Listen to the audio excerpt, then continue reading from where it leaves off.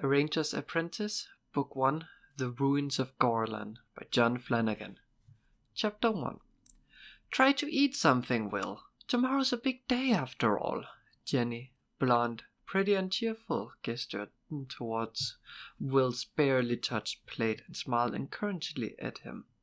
Will made an attempt to return the smile, but it was a dismal failure. He picked at the plate before him, piled high with his favorite foods. Tonight, his stomach knotted tight with tense anticipation. He could hardly bring himself to swallow a bite. Tomorrow would be a big day, he knew. He knew it all too well, in fact. Tomorrow would be the biggest day of his life, because tomorrow was the choosing day, and it would determine how he spent the rest of his life. Nerves, I imagine, said George, sitting down his loaded fork and seizing the labels of his jacket in judicious manner. He was a thin, gangling, studious boy, fascinated by rules and regulations and with a penchant for examining and debating both sides of any questions, sometimes at great length. Dreadful thing, nervousness. It can just freeze you up so you can't think, can't eat, can't speak. I'm not nervous, Will said quickly, noticing that Horace had looked up ready to form a sarcastic comment. George nodded several times, considering Will's statement. On the other hand, he added, a little nervousness can actually improve performance. It can heighten your perceptions and sharpen your reactions. So the fact that you are worried, if in fact you are, is not necessarily something to be worried about, of itself, so to speak. In spite of himself, a wry smile touched Will's mouth. George would be a natural in the legal profession, he thought. He would almost certainly be the scribe master's choice in the following morning. Perhaps, Will thought, that was at the heart of his own problem. He was the only one of the wardmates who had any fears about the choosing that would take place within 12 hours. He ought to be nervous, Horace scoffed. After all, which craft master is going to want him as an apprentice? I'm sure we are all nervous, Alice said. She directed one of her rare smiles at Will. We'd be stupid not to be. Well, I'm not, Horace said, and then reddened as Alice raised one eyebrow and Jenny giggled. It was typical of Alice, Will thought. He knew that the tall, graceful girl had already been promised a place as an apprentice by Lady Pauline, head of Castle Redmond's diplomatic service. Her pretense that she was nervous about the following day, and her tact in refraining from pointing out Horace's gaffe, showed that she was already a diplomat of some skill.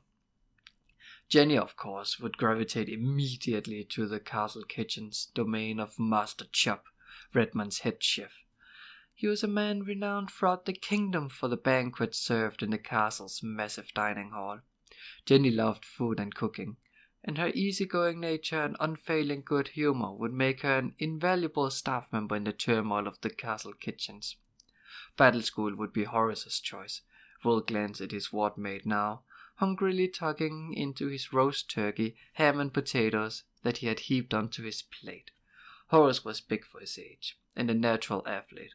The chances that he would be refused were virtually non-existent.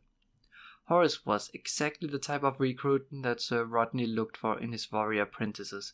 Strong, athletic, fit, and, thought Will a trifle sourly, not too bright. Battle School was the path to knighthood for boys like Horace, born commoners, but with the physical abilities to serve as knights of the kingdom. Which left Will. What would his choice be? More importantly, as Horace had pointed out, what craft master would accept him as an apprentice? For choosing day was the pivotal point in the life of the castle wards. They were orphan children, raised by the generosity of Baron Errold, the Lord of Redmond Fief. For the most part their parents had died in the service of the fief, and the Baron saw it as his responsibility to care for and raise the children of his former subjects, and to give them an opportunity to improve their station in life wherever possible. Choosing day provided that opportunity. Each year, castle wards turning 15 could apply to be apprenticed to the masters of the various crafts that served the castle and its people. Ordinarily, craft apprentices were selected by dint of their parents' occupations or influence with the craft masters.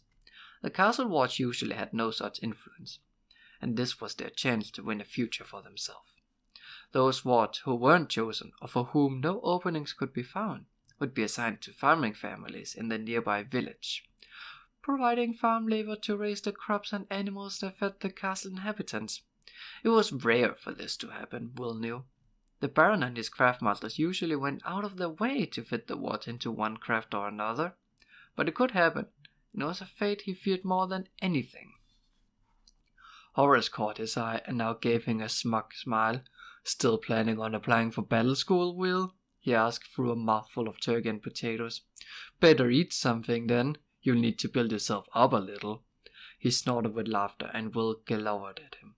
A few weeks previously, Horace had overheard Will confiding to Alice that he desperately wanted to be selected for battle school, and he had made Will's life a misery ever since, pointing out on every possible occasion that Will's slight build was totally unsuited for the rigors of battle school training. The fact that Horace was probably right only made matters worse. While Horace was tall and muscular, Will was small and wiry. He was agile and fast and surprisingly strong, but he simply didn't have the size that he knew was required of battle school apprentices. He'd hoped against hope for the past few years that he would have what people called growing spurt before the choosing day came around, but it never happened, and now the day was nearly there.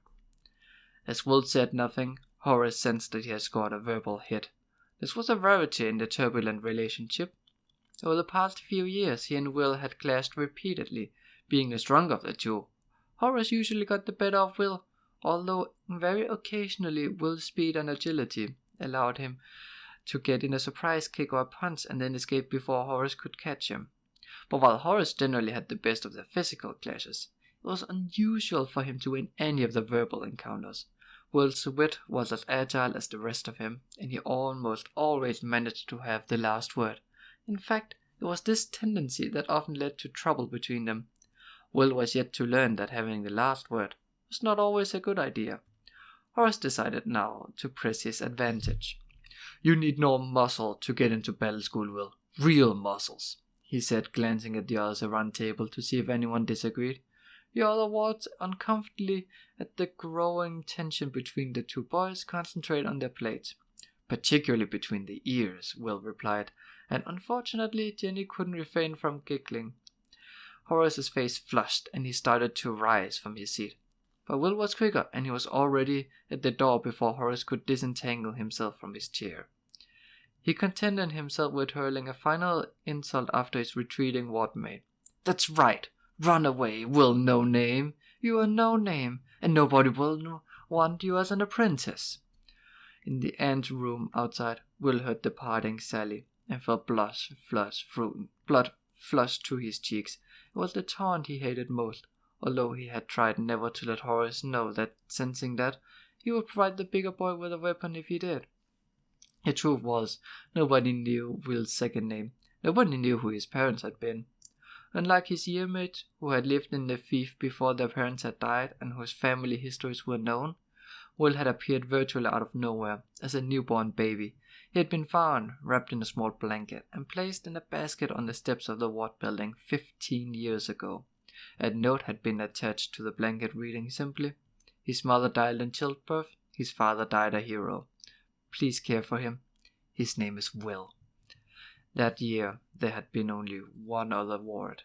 Alice's father was a cavalry lieutenant who had died in the battle at Harkham Heath when Morgaret's Wargle army had been defeated and driven back to the mountains. Alice's mother, devastated by her loss, succumbed to a fever some weeks after giving birth. So there was plenty of room in the ward for the unknown child, and Baron Errol was at heart a kindly man.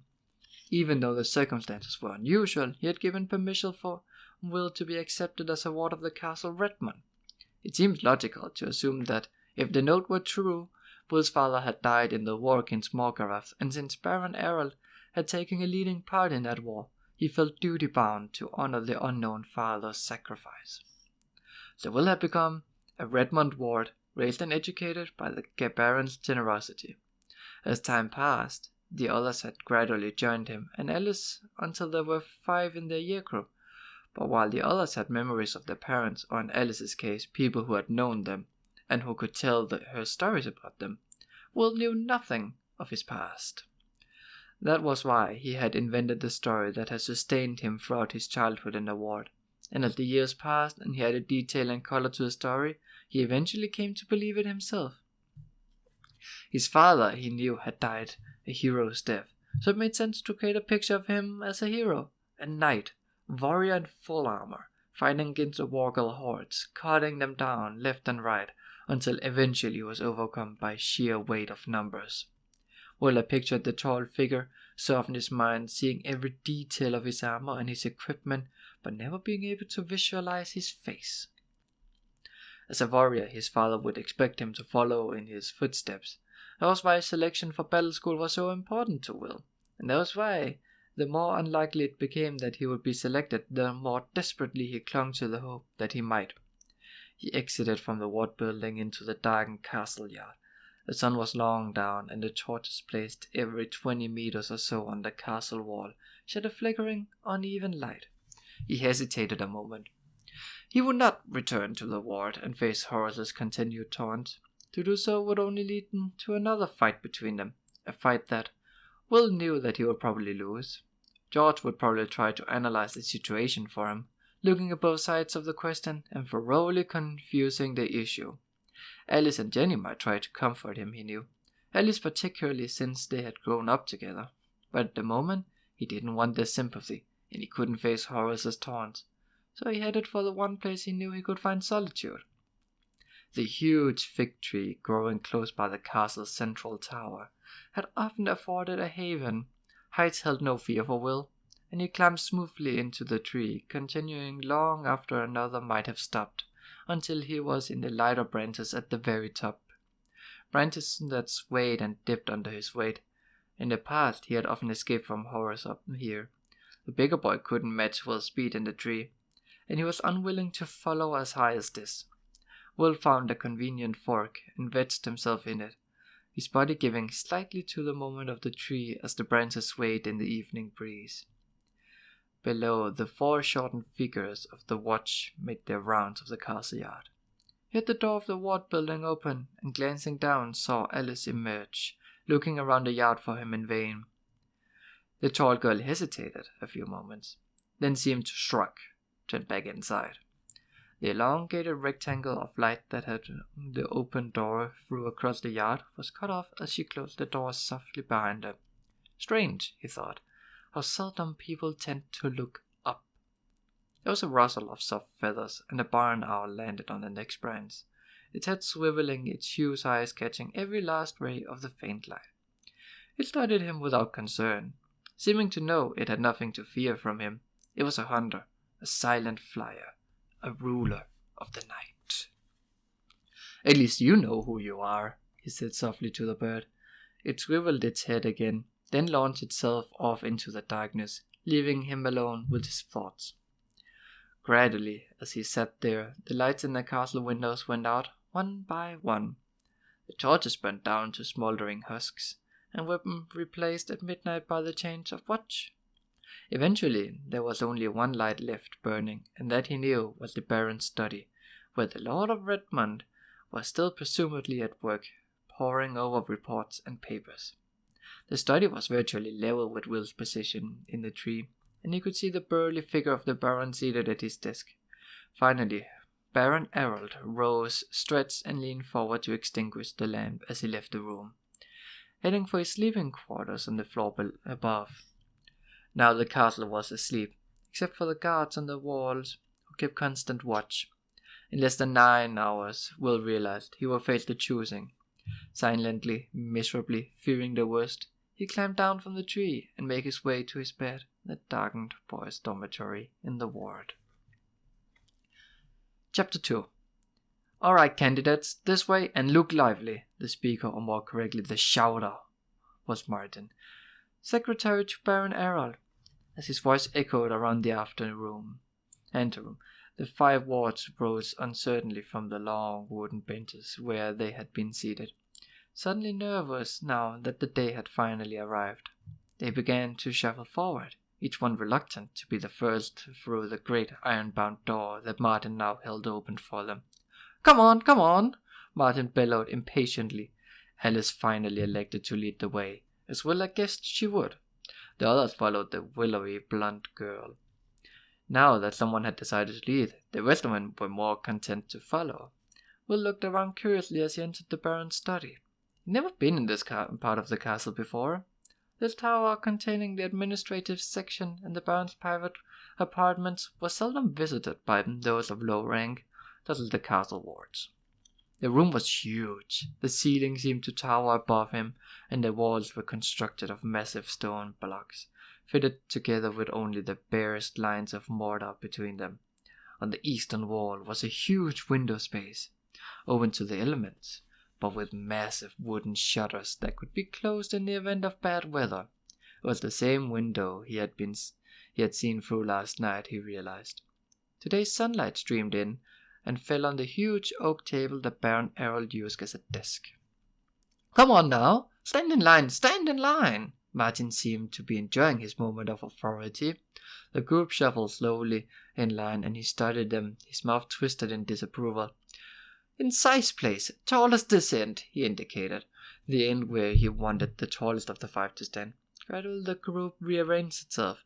Horace, of course, was the tallest. After him Alice took her position, then George, half a head shorter than she, and painfully thin. He stood in his usual stoop-shouldered posture, while Will and Jenny hesitated. Jenny smiled at Will and gestured for him to go before her, even though she was possibly an inch taller than he was. That was typical of Jenny. She knew how Will agonized over the fact that he was the smallest of the castle wards. As Will moved into the line, Martin's voice stopped in, "Not you! The girl next!" Jenny shrugged apologetically and moved on to the place Martin had indicated. Will took the last place in line, wishing Martin hadn't made his lack of height so apparent. "Come on, smarten up, smarten up. Let's see you at attention there." Martin continued, then broke off as a deep voice interrupted him. "I don't believe that's totally necessary, Martin." It was Baron Errol, who had entered unobserved by way of the smaller door behind his massive desk. Now it was Martin who brought himself to what he considered to be a position of attention, with his skinny elbows held out from the side, his heels forced together so that his unmistakably bowed legs were widely separate at the knees, and his head thrown back. Baron Errol raised his eyes to heaven. Sometimes his secretary's zeal on these occasions could be a little overwhelming. The Baron was a big man, broader in shoulder and waist and heavily muscled, as was necessary for a knight of the realm. It was well known, however, that Baron Errol was fond of his food and drink, so his considerable bulk was not totally attributable to muscle. He had a short, neatly trimmed black beard that, like his hair, was beginning to show the traces of grey that went with his 42 years. He had a strong jaw, a large nose, and dark, piercing eyes under his heavy brows. It was a powerful face, but not an unkind one, Will thought. There was a surprising hint of humor in those dark eyes.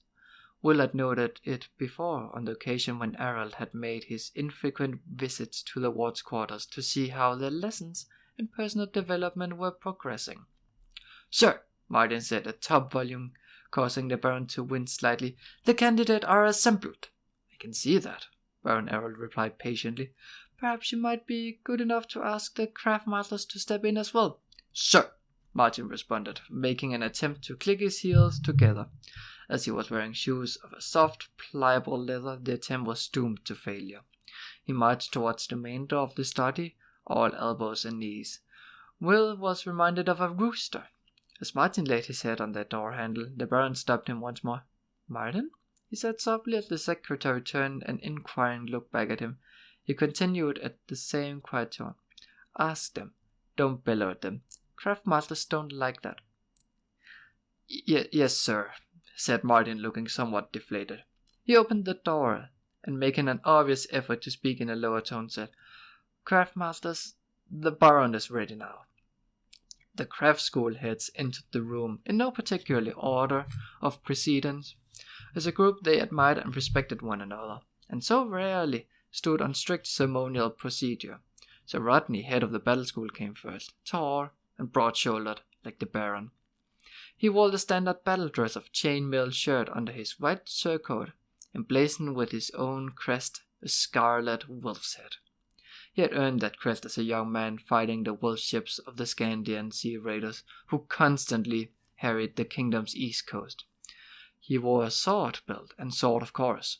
No knight would be seen in public without one. He was around the Baron's age, with blue eyes and a face that would have been remarkably handsome if it weren't for the massively broken nose. He spotted an enormous moustache, but unlike the Baron, he had no beard. Next came Ulf, the horsemaster, responsible for the care and training of the castle's mighty battle horses. He had keen brown eyes, strong muscular forearms, and heavy wrists. He wore a simple leather vest over his woolen shirt and leggings. Tall riding boots of soft leather reached up past his knees. Lady Pauline followed Ulf, slim, grey-haired, and elegant. She had been considerably beauty in her youth and still had the grace and style to turn men's head. Lady Pauline, who had been awarded the title in her own right for her work in foreign policy for the kingdom, was head of the diplomatic service in Redmond. Baron Errol regarded her abilities highly, and she was one of his close confidants and advisors. Errol often said that girls made the best recruits to the diplomatic service. They tended to be more supple than boys, who gravitated naturally to battle school, and while boys constantly looked to physical means as the way of solving problems, girls could be depended on to use their wits. It was perhaps only natural that Nigel, the scribe master, followed close behind Lady Pauline. They had been discussing matters of mutual interest while they waited for Martin to summon them. Nigel and Lady Pauline were close friends, as well as professional colleagues. It was Nigel's trained scribes who prepared the official documents and communiques that were so often delivered by Lady Pauline's diplomats. He also advised on the exact wording of such documents, having an extensive background in legal matters. Nigel was a small, wiry man with a quick, inquisitive face that reminded Will of a ferret. His hair was glossy black, his features were thin, and his dark eyes never ceased roaming the room. Master Chop, the castle cook, came in last of all. Inevitably, he was a fat, round-bellied man, wearing a cook's white jacket and tall hat. He was known to have a terrible temper that could flare as quickly as oil spilled on a fire, and most of the wards treated him with considerable caution. Florid-faced and with red, rapidly receding hair, Master Chop carried a wooden ladle with him wherever he went. It was an unofficial staff of office. It was also used quite often as an offensive weapon, landing with a resounding crack on the heads of careless, forgetful, or slow-moving kitchen apprentices. Alone among the group, Jenny saw Chop as something of a hero. It was her evolved attention to work for him and learn his skill, wooden ladle or no wooden ladle.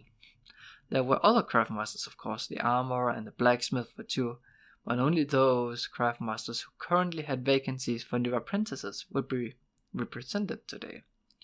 "The craftmasters are assembled, sir," Martin says, his voice rising in volume. Martin seemed to equate volume and the importance of the occasion in direct proportion. Once again the Baron raised his eyes to heaven. "So I see," he said quietly, then added in a more formal tone, "Good morning, Lady Pauline." "Good morning, gentlemen," they replied, and the Baron turned to Martin once more. "Perhaps we might proceed." Martin nodded several times, consulted a sheaf of notes he held in one hand, and marched to confront the lines of candidates. "Right, the Baron's waiting, the Baron's waiting. Who's first?" Will, eyes down, shifting nervously from one foot to another, suddenly had the strange sensation that someone was watching him. He looked up, and actually started with surprise as he met the dark, unfathomable gaze of Holt, the Ranger. Will hadn't seen him come into the room. He realized that the mysterious figure must have slipped in through a side door while everyone's attention was on the craftmasters as they made their entrance. Now he stood behind the Baron's chair, and slightly to one side, dressed in his usual brown and grey clothes, and wrapped in long, mottled grey and green ranger's cloak. Holt was an unnerving person. He had a habit of coming on you when you least expected it, and you never heard his approach. The superstitious villagers believed that rangers practiced a form of magic that made them invisible to ordinary people. Will wasn't sure if he believed that, but he wasn't sure he disbelieved it either. He wondered why Holt was here today. He wasn't recognized as one of the craft masters, and as far as Will knew, he hadn't attended a chosen session prior to this one. Abruptly, Hal's gaze cut away from him, and it was as if a light had been turned off. Will realized that Martin was talking once more. He noticed that the secretary had a habit of repeating statements, as if he were followed by his own personal echo. "Now then, who's first? Who's first?" The Baron sighed audibly. "Why don't we take the first in line?" he suggested in a reasonable tone, and Martin nodded several times. Of course, my lord, of course. First in line, step forward, and face the Baron." After a moment of hesitation, Horace stepped forward out of the line and stood at attention. The Baron studied him for a second. "Name?" he said, and Horace answered, stumbling slightly over the correct method of addressing the Baron. Horace Altman, my lord." "Do you have a preference, Horace?" the Baron asked with the air of one who knows what the answer is going to be before hearing it. "Battle school, sir," Horace said firmly. The Baron nodded. He'd expected as much. He glanced at Rodney, who was studying the boy thoughtfully, assessing his suitability. "Battlemaster?" the Baron said. Normally he would address Rodney by his first name, not his title, but this was a formal occasion. By the same token, Rodney would usually address the Baron as Sir, but on a day like today, my lord was the proper form. The big knight stepped forward, his chainmail and spurs jingling slightly as he moved closer to Horace. He eyed the boy up and down, then moved behind him. Horace's head started to turn with him. "Still," Sir Rodney said, and the boy ceased his moving, staring straight ahead. "Look strong enough, my lord. I can always use new trainees." He rubbed one hand over his chin. "You right, Horace Altman?" A look of uncertainty crossed Horace's face as he realized this might be a hurdle to his selection. "Well, no, sir, He was about to add the castle watch had little chance to learn to write, but Rodney interrupted him. "No matter, that can be taught." The big knight looked at the Baron and nodded. "Very well, my lord. I'll take him for battle school, subject to the usual 3 months probationary period." The Baron made a note on a sheet of paper before him and smiled briefly at the delighted and very relieved youth before him. "Congratulations, Horace. Report to battle school tomorrow morning, 8 o'clock sharp." "Yes, sir," Horace replied, grinning widely. He turned to Sir Rodney and bowed slightly. "Thank you, sir." "Don't thank me yet," the knight replied cryptically. "You don't know what you're in for." Chapter 3. "Who's next then?" Martin was calling as Horace, grinning broadly, stepped back into line. Alice stepped forward, gracefully annoying Martin, who had wanted to nominate her as the next candidate. "Alice Mainwaring, my lord," she said in a quiet level. Then, before she could be asked, she continued, "I request an appointment to the diplomatic service, please, my lord." Errol smiled at the solemn-looking girl. She had an air of self-confidence and poise about her that would suit her well in the service. He glanced at Lady Pauline. "My lady," he said. She nodded her head several times. "I've already spoken to Alice, my lord. I believe she will be an excellent candidate, approved and accepted." Alice made a small bow of her head in the direction of the woman who would be her mentor. Will thought how alike they were, both tall and elegant in their movements, both grave in manner. He felt a small surge of pleasure for his oldest companion, knowing how much she wanted this selection. Alice stepped back in line, and Martin, not to be forestalled this time, was already pointing to George. "Right, you're next, address the Baron." George stepped forward, his mouth open and closed several times, but nothing came out. The other wards watched in surprise. George, long regarded by them all as the official advocate for just about everything, was overcome with stage fright. He finally managed to say something in a low voice that nobody in the room could hear. Baron Errol leaned forward. One hand cupped his ear. "I'm sorry, I didn't quite get that," he said. George looked up at the Baron and with an enormous effort spoke in just audible voice. "George Carter, sir. Scribe school, sir." Martin, ever a stickler for the proprieties, drew breath to berate him for the truncated nature of his address. Before he could do so, and to everyone's evident belief, Baron Errol stepped in. "Very well, Martin. Let it go." Martin looked a little aggrieved, but subsided. The Baron glanced at Nigel, his chief scribe and legal officer, one eyebrow raised in question. Acceptable, my lord, he said, adding, I've seen some of George's work, and he really does have a gift for calligraphy. The Baron looked doubtful. He's not the most forceful of speakers, though, and is he, scribe master? That could be a problem if he has to offer legal counsel at any time in the future. Nigel shrugged this objection aside. I promise you, my lord, with proper training, that sort of thing represents no problem. Absolutely no problem at all, my lord. The scribe master folded his hand together into the wide sleeve of the monk-like habit he wore as he warmed to his theme. I remember a boy who joined us some 7 years back, rather like this one here as a matter of fact. He had that same habit of mumbling to his shoes, but soon showed him how to overcome it. Some of our most reluctant speakers have gone on to develop absolute eloquence, my lord. Absolute eloquence. The Baron drew breath to comment, but Nigel continued in his discourse. It might even surprise you to hear that, as a boy, I myself suffered from a most terrible nervous stutter. Absolutely terrible, my lord. Could barely put 2 words together at a time. Hardly a problem now, I see, the Baron managed to put in dryly, and Nigel smiled, taking the point. He bowed to the Baron. Exactly, my lord. We'll soon help young George overcome his shyness. Nothing like the rough and tumble of scribe school for that, absolutely. The Baron smiled in spite of himself. The scribe school was a studious place where voices was rarely if ever raised and where logical reasoned debate reigned supreme. Personally, on his visit to that place, he had found it mind-numbing in the extreme. Anything less like a rough and tumble atmosphere he could not imagine. I'll take your word for it, he replied. Then to George he said, Very well, George. Request granted. Report to scribe school tomorrow. George shuffled his feet awkwardly. He said, and the Baron leaned forward again, frowning as he tried to make out the low-pitched words. What was that?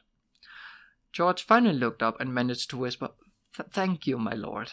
He hurriedly shuffled back to the relative anonymity of the lion. Oh, said the Baron, a little taken aback. Think nothing of it. Now next is... Jenny was already stepping forward. Blonde and pretty, she was also, it had to be admitted, a little on the chubby side. But the look suited her. And at any of the castle's social functions, she was a much sought-after dance partner with the boys in the castle, both her year-mates in the ward and the sons of the castle staff as well. Master Chubb, sir, she said now, stepping forward right to the edge of the Baron's desk.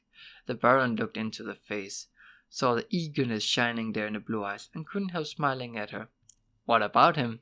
He asked gently, and she hesitated, realizing that in her enthusiasm she had breached the protocol of the choosing. Oh, pardon, my Baron, your lordship, she hastily improvised, her tongue running away as she mangled the correct form of address. My lord, Martin prompted her. Baron Errol looked at him, eyebrows raised. Yes, Martin, he said. What is it? Martin had the grace to look embarrassed. He knew that his master was intentionally misunderstanding his interruption. He took a deep breath and said in an apologetic tone, I simply wanted to inform you that the candidate's name is Jennifer Dalby, sir. The Baron nodded at him, and Martin, a devoted servant of the heavy-bearded man, saw that the look of approval in his lord's eyes. Thank you, Martin. Now, Jennifer Dalby. Jenny, sir, said the irrepressible girl, and he shrugged resignedly. Jenny, then. I assume you are planning to be apprentice to Master Chubb. Oh, yes, please, sir, Jenny replied breathlessly, turning adoring eyes to the portly red-haired cock. Chubb scowled thoughtfully and considered her. Could be, he muttered, walking back and forth in front of her. She smiled winningly at him, but Chubb was beyond such feminine wiles. I'd work hard, sir, she told him earnestly. I know you would, he replied with some spirit. I'd make sure of it, girl. No slacking or lollygagging in my kitchen, let me tell you. Feeling that opportunity might be slipping away, Jenny played her trump card. I had the right shape for it, she said. Chubb had to agree that she was well-rounded. Errol, not for the first time this morning, hid a smile. She has a point there, Chubb, he put in, and the cook turned to him in agreement. Shape is important, sir. All great cooks tend to be rounded. He turned back to the girl, still considering. It was all very well for the others to accept their trainees in the wink of an eye, he thought, but cooking was something special.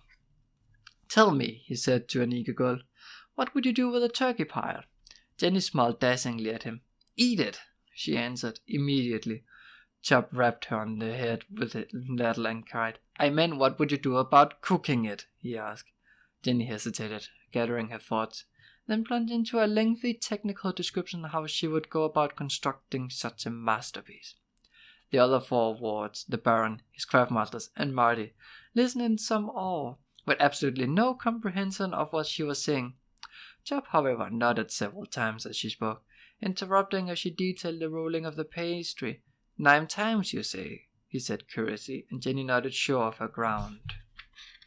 My mother always said 8 times to make it flaky, and 1 more for love, she said. Chub nodded thoughtfully. Interesting, he said. Then looking up at the Baron, he nodded. I'll take her, my lord. What a surprise, the Baron said mildly. Then added, very well, report to the kitchens in the morning, Jennifer. Jenny, sir, the girl corrected him again, her smile lighting up the room. Baron Errol smiled. He glanced at the small group before him, and that leaves us with 1 more candidate. He glanced at his list, then looked up to meet Will's agonized gaze, gesturing encouragement. Will stepped forward, nervously suddenly drying his throat so that his voice came out in a barely whisper. Will, sir. My name is Will.